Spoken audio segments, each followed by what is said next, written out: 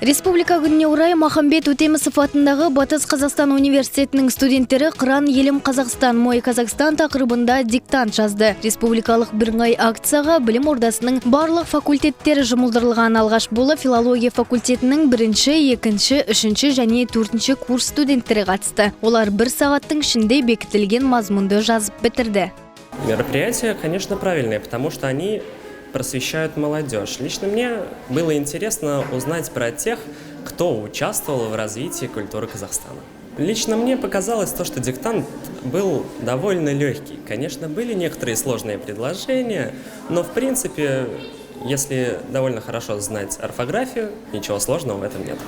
Жалпы мәтін мазмұны мемлекеттің құндылықтары мен қағидаттарын құрметтеуге негізделген. Сонымен қатар қазақстандық бірегейлікті қалыптастыру, қоғамдық келісім мен ел бірлігін нығайту, отанын, туған елін сүюге тәрбиелеуді мақсат ету. Студенттер диктант оңай болса да, алда азық болар ақпарат алдық дейді. Айтуларынша, еліміз жайлы тың ақпарат біліп, кейбір жетістіктермен танысыпты.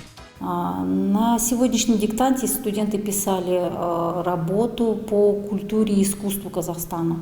Мы считаем, что это культурно-просветительская работа среди студентов младших и среднего звена вуза необходима, потому что поднимает вопросы культурного наследия нашего государства, нашей страны, народа, который здесь живет.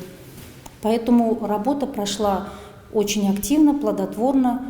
Айта кетсе, Қыран елім Қазақстан, Мой Казахстан тақырыбында өткен диктанттан үздік атанған жастар республикалық деңгейге жолдама алады. Сонымен қатар дәл осы тақырыпта эссе жазу жоспарланып отыр екен. Естеріңізге салсақ, тәуелсіздік алғалы 25 қазан республика күні ретінде тойланып келді. Алайда бұл күн мемлекеттік мерекелер тізімінен 2009 жылы алынып тасталды. Араға 13 жыл салып республика күні ұлттық мереке ретінде қайтып оралды.